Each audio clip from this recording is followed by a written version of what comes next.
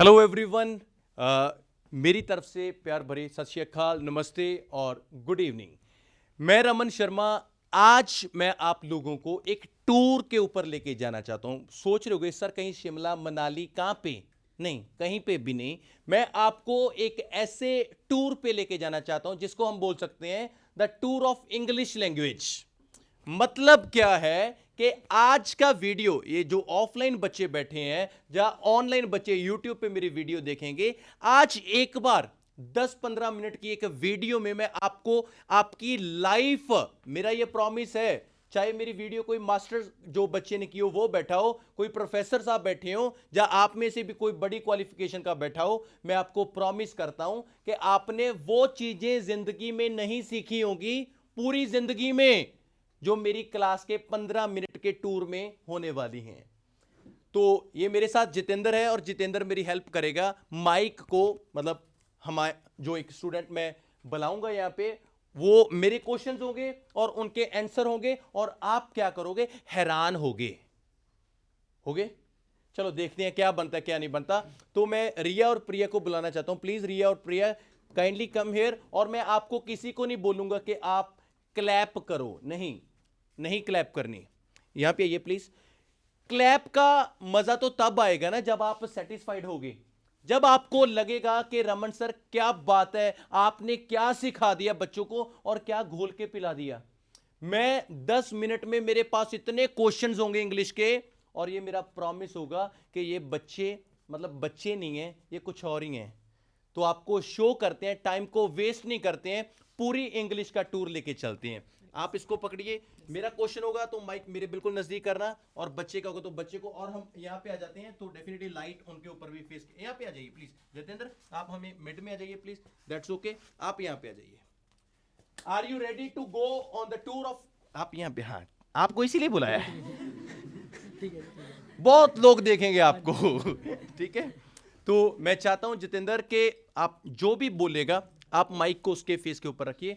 जब थोड़े से पैसे आ जाएंगे तो हम थोड़ा बढ़िया माइक ले लेंगे, जो अपने अपने लग जाते होते हैं ना। अभी थोड़ा गरीबी रेखा नहीं, कोई नहीं, वाहेगुरु दत्ता बहुत कुछ है। चलो ठीक है, तो इंग्लिश टूर के ऊपर हम चलते हैं और डेफिनेटली आप लोग पसंद करोगे। जब मैं वीडियो को खत्म करूंगा आफ्टर 10 मिनट, अगर आपको लगे कि बच्चों ने कुछ सीखा है, कुछ आता है, तो आप क्लैप करोगे। अगर नहीं आता तो क्लैप मत करना। डन? तो सबसे पहले शुरू करते हैं हम टेंसेस की ओर से। टेंसेस, दैट्स ओके, क्योंकि बहुत सारे बच्चों को लगते हैं टेंसेस एक प्रॉब्लम, एक बोझ लगता है। तो मैं ये चाहता हूं आप में से दोनों में से ना कोई एक सिलेक्ट हो, जो पहले कोई एक, कोई भी। तो पहले ये हो जो, आपको बाद में कर लेता हूं, ठीक है? थोड़ा आप साइड पे हो जो, क्योंकि दो पे मुश्किल होगा। डन? तो मैं बारी शुरू करता हूं टेंसेस से। तो मेरा फर्स्ट क्वेश्चन है, आप आर यू प्रिया? रिया, ये जुड़वा का भी प्रॉब्लम होता है, ठीक है? तो मेरा रिया से ये क्वेश्चन है, प्रेजेंट इंडेफिनिट टेंस में क्या लगता है? पहले तो ये बताओ। वर्ब फर्स्ट एस और ईएस। ओके, नेगेटिव में क्या लगता है? Do not and does not. और इंटेरोगेटिव में? डू नॉट डज नॉट मतलब 12 जन। चलो मैं कुछ सेंटेंसेस बोलता हूं और डेफिनेटली मैं चाहूंगा कि रिया बहुत अच्छे तरीके से टेंसेस को बनाए, और आप बिल्कुल मत डरें, हमें माइक से लड़ना है। चलो शुरू करते हैं और देखते हैं कि आज मेरे क्वेश्चन होंगे। अगर रिया क्वेश्चंस के जवाब अच्छे से देगी, और उसके बाद हम रुकेंगे नहीं, इंग्लिश की तो ऐसी की तैसी, आप देखना कि क्या क्या होने वाला है। तो जैसे इंग्लिश ट्रांसलेशन करते हैं, मान लो मैं हिंदी या पंजाबी में बोलूंगा और ये इंग्लिश में ट्रांसलेट करती जाएगी, और सभी टेंसेस मॉडल्स जितनी भी इंग्लिश होगी आपके सामने होगी। शुरू करें? चलो प्ले। Yes sir. चलो, मैं खेलता हूं। I play. मैं नहीं खेलता। I do not play. क्या मैं खेलता हूं? Do I play. मैं खेल रहा हूं। I am playing. मैं नहीं खेल रहा। I am not playing. क्या मैं खेल रहा हूं? Am I playing. मैं खेल चुका हूं। I have played. मैं नहीं खेल चुका। I have not played. क्या मैं खेल चुका हूं? हैव आई मैं प्लेड। खेला था। I played. मैं नहीं खेला था। I did not play. क्या मैं खेला था? Did I play? मैं खेल रहा था। I was playing. मैं नहीं खेल रहा था। I was not playing. क्या मैं खेल रहा था? Was I playing? मैं खेल चुका था। I had played. मैं नहीं खेल चुका था। I had not played. क्या मैं खेल चुका था? Had I played? मैं खेलूंगा। I will play. मैं नहीं खेलूंगा। I will not play. क्या मैं खेलूंगा? Will I play? मैं खेल रहा हूंगा। I will be playing. मैं नहीं खेल रहा हूंगा। I will not be क्या playing. मैं खेल रहा हूंगा? Will I be playing? मैं खेल चुका हूंगा। I will have played. मैं नहीं खेल चुका हूंगा। I will not have played. क्या मैं खेल चुका हूंगा? Will I have played? और मैं आपसे कुछ सवाल करना चाहता हूं। Thank you. आप जितेंद्र, आप यहां पे आ जाइए प्लीज। मेरा क्वेश्चन आपसे ये है कि डू डस किस में लगता है? डू सर ही और शी के साथ लगता है। Tense बताइए, tense। Present indefinite. Is am are कहां पे लगता है? Present continues. हैज हैव कहां पे लगता है? Present perfect. आप कोई भी हेल्पिंग वर्ब पूछना चाहते हो तो पूछ सकते हो। 100% एक सेकंड में रिप्लाई आएगा। किसी ने कोई हेल्पिंग वर्ब पूछना हो, मतलब कोई भी, चलो उल्टा पुल्टा पूछ लेते हैं। Had, past perfect. Will be, future continuous. Will have, future perfect. Is am are, present continuous. Did. Past indefinite. अच्छा, मैं खेल सकता हूं। I can play. मैं खेल सकता था। I could play. मुझे खेलना चाहिए। I should play. अरे मेरे को खेलना पड़ता है। I have to play. मेरे में खेलने की हिम्मत है। I dare to play. मैं खेलना चाहता हूँ। I want to play. मेरे को खेलने की जरूरत है। I need to play. मैं खेला करता था। I use to play. मैं खेलने की कोशिश करता हूँ। I try to play. मैं शायद खेलूंगा। I may play. मैं शायद ही खेलूंगा। I might play. मैं पक्का खेलूंगा। I must play. अरे मेरे को खेलने का शौक है। I am fond of playing. जैसे कि आपको ये तो बड़ा क्लियर हो गया कि इसको ये भी पता है कि सारे हेल्पिंग वर्ब्स कहां पे लगते हैं, क्योंकि बच्चे को इंग्लिश तभी क्लियर होती है ना जब उसको पता हो कि इज एम आर कहां पे है, was were had will be. अरे ये मत सोचना कि रमन सर ने तो रट्टा लगवाया हुआ है। मैं तो आपको भी चैलेंज करता हूं, जो मर्जी आके पूछो। ये होता है कि किसी को सिखाया हो तो आपको प्राउड होता है। उसके बाद देखो, मैंने कैन पूछा, could, should, have to, dare, use, want, need, try, may, might, सब कुछ क्लियर है। अगर बारी आती है, थर्ड नंबर पे आती है क्वेश्चन फैमिली, जिसको हम क्वेश्चन फैमिली बोलते हैं। चलो मेरे को ये बताओ कि वाई कहां पे लगता है? वाई क्वेश्चन राइज कर दें कि ये चीज क्यों हो रही है, वाई उसे लगता है। चलो, जैसे मैं इंग्लिश क्यों सीख रहा हूं? Why am I learning English. ये बच्चे को इतनी नॉलेज है, मैंने ये पूछा था मैं इंग्लिश क्यों सीख रहा हूं, इसको पता है प्रेजेंट कंटिन्यू है और वाई के साथ एम यूज किया। चलो, व्हेन कहां पे लगता है? व्हेन सर मतलब आप पूछते हैं कि कदों कोई चीज कदों हुई है, कदों, व्हेन लगता है। Time, time. वेयर, किथे, कोई जगह वास्ते, मतलब ये किथे होया सी जो कोई भी काम। चलो ओके। हाउ, हाउ किवें, कोई चीज किवें हुई है कोई चीज। चलो मेरे को एक क्वेश्चन ये बता दो कि इंग्लिश किस सेंचुरी में आई थी? 13th century. इंग्लिश किसने बनाई थी? जोफ्री चौसर। जोफ्री चौसर के भी बाप का क्या नाम है? जॉन चौसर। इंग्लिश को इंडिया में कौन लेके आया? मिकाले मिंट। क्या बात है। इंग्लिश को मेरे को ये बता दो कि एक ऐसा वर्ड है इंग्लिश में क्यू, उसका दोस्त कौन है? क्यू के साथ हमेशा यू आएगा और नेक्स्ट वाला वर्ड होगा वोवल। अच्छा, मेरे को ये बताओ, कोई एग्जांपल दो कि क्यू के साथ यू ही आता है। Queen, qualification, quantity, quality. आप 100% ये बात श्योर है कि कोई भी शब्द क्यू से शुरू होगा, मैं प्रॉमिस करता हूं उसके साथ यू आएगा ही आएगा। आप कोई भी वर्ड इंग्लिश का लेके आओ, क्यू के साथ यू आएगा, मेरी जिम्मेवारी है। और उसके अगला वर्ड क्या होगा? वॉवल होगा। जैसे क्वालिटी, क्यू के साथ क्या आया? यू, फिर क्या आ गया? ए तो वॉवल है। चलो, एक ऐसा, और याद रखना ये जस्ट इंग्लिश में ही होता है। अगर आप बोलोगे सर कतर, कतर एक देश है, क्यू के साथ ए आ गया, वो इंग्लिश का वर्ड भी नहीं है ना, जस्ट इंग्लिश में ऐसा होता है। चलो मेरे को एक ऐसा वर्ड बताओ जिसमें बहुत सारे अक्षर डबल होके आते हैं। Book keeper. स्पेलिंग क्या है? BOOKPER। स्पेलिंग है BOOKPER। ठीक है, मतलब बुक कीपर एक ऐसा इंग्लिश का वर्ड है। BOOKEPER, बुक कीपर, मतलब सबसे बड़ा। अच्छा, एक ऐसा बताओ कि पैनग्राम क्या होता है? पैनग्राम सर वो लाइन है जिसमें सारे वो मतलब सारे अल्फाबेट आते हैं A to Z। अच्छा, A quick brown fox jumps over the lazy dog। सबसे अच्छी बात यह है कि मैंने इससे क्वेश्चन पूछा कि पैनग्राम क्या होता है, तो बच्चे ने पता है क्या बताया? मैं आपको यहां पे बताना चाहता हूं। ये तो आप इंग्लिश के टूर पे जा रहे हो ना, इसकी वैल्यू ये कि आपको भी मैं चांस देता हूं कि कोई भी बच्चा कोई भी क्वेश्चन अराइज कर सकता है और डेफिनेटली ये रिप्लाई करेगी। एक यहां पे हमने देखा द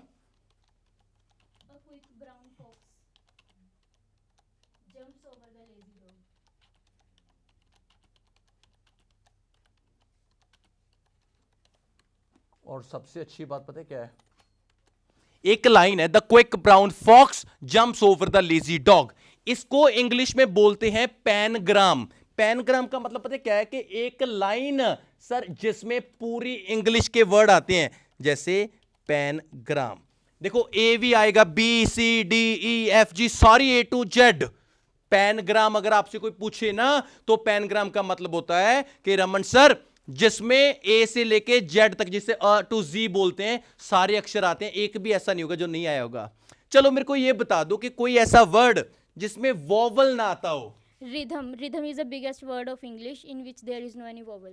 इंग्लिश में रिदम, RHYTHM, रिदम एक ऐसा वर्ड है जिसमें कोई वॉवल नहीं आता और सबसे बड़ा वर्ड है। चलो मेरे को ये बताओ एक ऐसा वर्ड जिसमें सारे वॉवल आते हैं। Education. वाह, एक एडुकेशन ऐसा वर्ड है। और सबसे अच्छी बात यह है कि मैं आपको साथ साथ में दे भी देता हूं ताकि आपकी हेल्प हो जाए। RHYTHM, रिदम एक ऐसा वर्ड है जिसमें कोई वॉवल नहीं है, इंग्लिश का सबसे बड़ा वर्ड है। और डेफिनेटली एडुकेशन इंग्लिश का एक ऐसा वर्ड जिसमें पांचों के पांच वॉवल आगे। ये इंग्लिश है, ये वैल्यू है। तो डेफिनेटली मैं आपको चाहता हूं कि आप लोगों को भी ये पता हो कि रमन सर ने क्या टीच किया है। आपको ये पता है कि पैलिंड्रोमिक क्या होता है? Palindromic sir ਉਹ word ਨੇ ਦੋ ਜਿਹੜੇ ਅੱਗੋਂ ਵੀ ਸੇਮ ਪਿੱਛੋਂ ਵੀ means level LEVEL ਪਿੱਛੋਂ ਵੀ ਲਿਖਾਂਗੇ ਤਾਂ level same ਹੀ ਲਿਖਿਆ ਜਾਊਗਾ। मतलब पैलिंड्रोमिक, अगर मैं आपको बड़ी अच्छी चीज सिखाऊं ना, यहां पे देखो पैलिंड्रोमिक।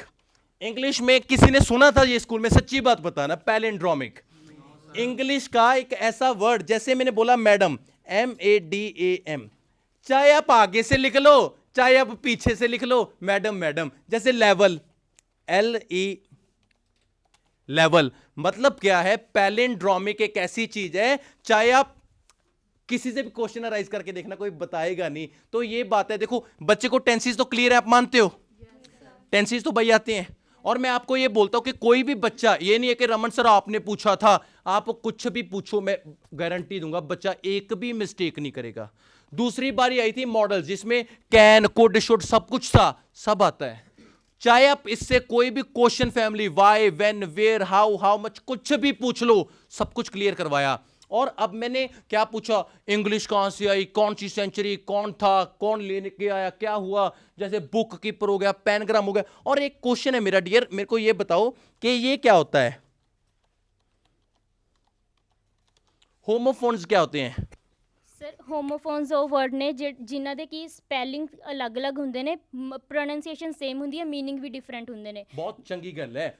ਹੋਮੋਫੋਨ, ਜੇ ਕੋਈ ਬੰਦਾ ਤੁਹਾਨੂੰ ਪੁੱਛੇ ਕਿ what is the meaning of homophone, homophone ਉਹਨਾਂ ਨੂੰ ਕਹਿੰਦੇ ਨੇ spelling different, spelling different, pronunciation same, pronunciation same, spelling different ਹੋ ਗਏ, ਪ੍ਰੋਨਾਂਸੀਏਸ਼ਨ ਸੇਮ ਹੋਗੀ, ਤੇ ਜੇ ਤੁਸੀਂ ਇਹਦੇ ਮੀਨਿੰਗ ਕੱਢੋਗੇ ਉਹ ਅਲੱਗ-ਅਲੱਗ। ਐਗਜ਼ਾਮਪਲ ਦੇ ਲਈ ਹੋਮੋਫੋਨ ਇੱਕ ਦੇ ਦੇਣਾ, ਜਿਵੇਂ HAIR, HERE, HEIR, ये देखो, ये मैंने आपके सामने 4 वर्ड्स लिखे हैं, वर्ड्स अलग अलग हैं, प्रोनाउंसिएशन सेम है। Example, here, hair, hair, heir, HAIR, hair होती हैं आपकी जुल्फें, पंजाबी च बोलते हैं बाबरे, झाटे भी कह रहे होंगे आ। Here, come here, come here, HARE, खरगोश को भी हेयर बोलते हैं। और HEIR, हेयर होता है वारिस, आपकी प्रॉपर्टी, जिसके आपके बच्चे के नाम होगी वो आपका हेयर है। हेयर मतलब क्या है? होमोफोन एक ऐसी चीज है, प्रोनाउंसिएशन होती है सेम, वर्ड्स होते हैं अलग अलग और मीनिंग भी अलग अलग। एक इसकी टाइप होती है जिसको बोलते हैं होमोग्राफ। होमोग्राफ, इसमें क्या होता है? प्रोनाउंसिएशन सेम होती है और ये भाई स्पेलिंग भी सेम होते हैं। एग्जांपल बताऊं, वॉच, आप ये बात देखो, मतलब समझ रहे हैं ना मेरी बात क्या बोल रहा हूं मैं? स्पेलिंग भी सेम, प्रोनाउंसिएशन भी सेम। वॉच एक होता है देखना, एक होता है जिसको हम बोलते हैं घड़ी। मतलब क्या है कि आपको होमोफोन, साउंड सेम, स्पेलिंग अलग अलग। होमोग्राफ, साउंड भी सेम, स्पेलिंग भी सेम। चलो मेरे को ये बताओ, एक ना अल्फाबेट होते हैं इंग्लिश में, छोटी ABC बोलते हैं जिसको, एक होती है छोटी I, एक होती है छोटी J। उसके ऊपर दो छोटी छोटी बिंदियां होती हैं, उसको इंग्लिश में क्या कहते हैं? Superscript dot. मतलब इंग्लिश में जो छोटी बिंदियां होती है ना, छोटी आई के ऊपर बिंदी डालते हो, छोटी जे के ऊपर। किसी ने स्कूल में पूछा कि मैडम इसको क्या बोलते हैं? इसको इंग्लिश में बोलते हैं सुपर स्क्रिप्ट डॉट। और एक बात बताओ कि इंग्लिश में जब ई और आई आता है तो क्या होता है? ਈ ਔਰ ਆਈ ਆਉਣ ਦੇ ਨਾਲ ਨੈਕਸਟ ਵਾਲਾ ਵਰਡ ਹੈ ਮਤਲਬ ਉਹ ਸਾਇਲੈਂਟ ਹੋ ਜਾਂਦਾ ਹੈ। ਐਗਜ਼ਾਮਪਲ ਫੋਰਨ, FOREIGN, ਔਰ ਆਪਾਂ ਪ੍ਰੋਨਾਉਂਸ ਕੀ ਕਰਦੇ ਹਾਂ ਫੋਰਨ, ਮਤਲਬ ਜੀ ਸਾਇਲੈਂਟ ਹੈ। मतलब बात बड़ी सिंपल है, इंग्लिश में कहीं पे आपको ई और आई आ गया, उसका आने वाला अगला शब्द खत्म हो गया, साइलेंट हो गया।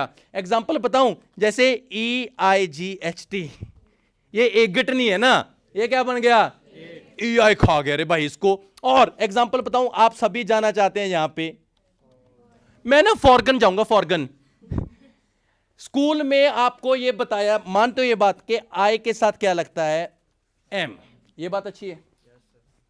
स्कूल में ये बताया कि आई के साथ क्या लगता है? मैं बताता हूं कि आई के साथ इज भी लगता है, आई के साथ एम तो लगता ही लगता है। चलो एक बात याद रखना, आई is the 9th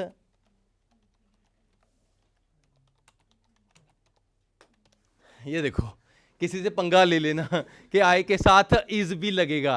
I is the 9th alphabet in English. मतलब मैं आपको ये चाहता हूं कि मैं इस बच्चे को तैयार कर चुका हूं, आपको ये दिखाना चाहता हूं कि ये चीज है। मैं गारंटी देता हूं ग्रामर से आप रिलेटेड कुछ भी पूछ लो। एग्जांपल बताऊं, पार्ट्स ऑफ स्पीच क्या होता है, कितने टाइप का होता है, पहले ये बताओ सर 8 टाइप।